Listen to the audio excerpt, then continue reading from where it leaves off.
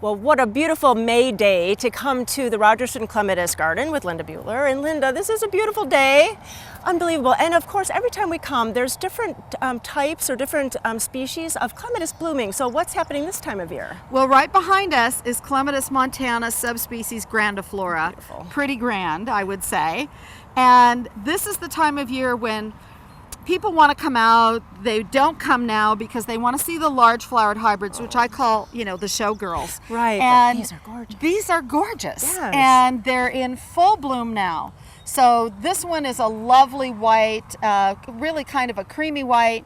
We've got some of the pinks along the public pathway. Just down here.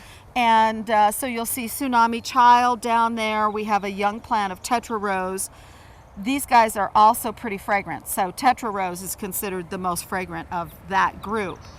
And this one actually is scheduled this year for maintenance. We can see a lot of old growth from previous years. I was wondering what you were going to do. The new growth comes out over the top. Okay. So this year we're going to take this back to 2 feet tall. Whoa. So this is on a 4 by 10 foot arbor, and we'll take it back to 2 feet tall. And should you do that every year with these types, or you can do it every several years? You can do it every several years. So you can see that the old growth just comes down over the new growth, but at a certain point, you have to take some control. So the old wood. Wow, they're really thick, Yeah.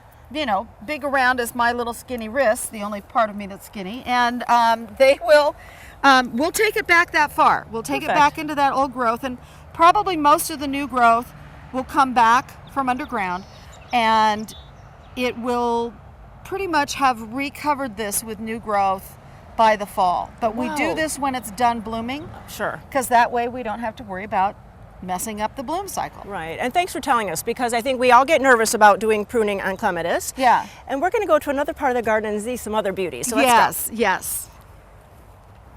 Now, Linda, what is the name of this garden? We're in the Founder's Garden. All right. And Brewster Rogerson's favorite clematis of all the clematis were those in the Montana group. Oh, okay. Which has been a little bit of a trial, placing all of these big plants that get at a minimum about 20 feet tall.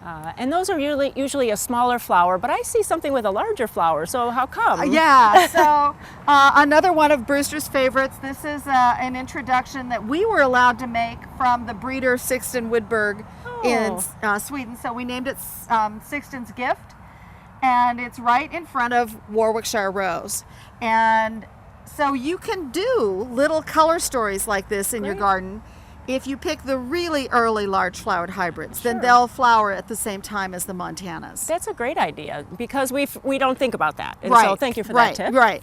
And then sort of over our shoulder, we have Clematis montana var Rubens, which is from the 1800s, so it's in our heirloom garden. We didn't have to cram it into Brewster's garden. And then over here on the big trellis, and that trellis is 10 feet tall, 4 feet wide, that's Vera. Wow, wow. This is a beautiful garden at this time of year. Yeah.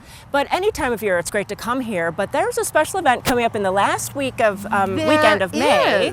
So tell us about that. Well, we are doing our Inviting Vines tour. It's always the last Saturday in May, which is usually Memorial Day weekend. And we have 4 private gardens open. One of them, at least, has never been open before. And so hopefully we'll get to show that to you. And tickets can be had through our website, or folks can come here to the garden on Fridays and Saturdays and buy tickets. Oh, that is wonderful. It is a great tour to go to. And then you get to come to the garden here right at Lusher Farms to see all the other clematis. So go to gardentime.tv and you can click over to the Lusher Farm website and get all that information. Thanks so much. Happy spring. You too.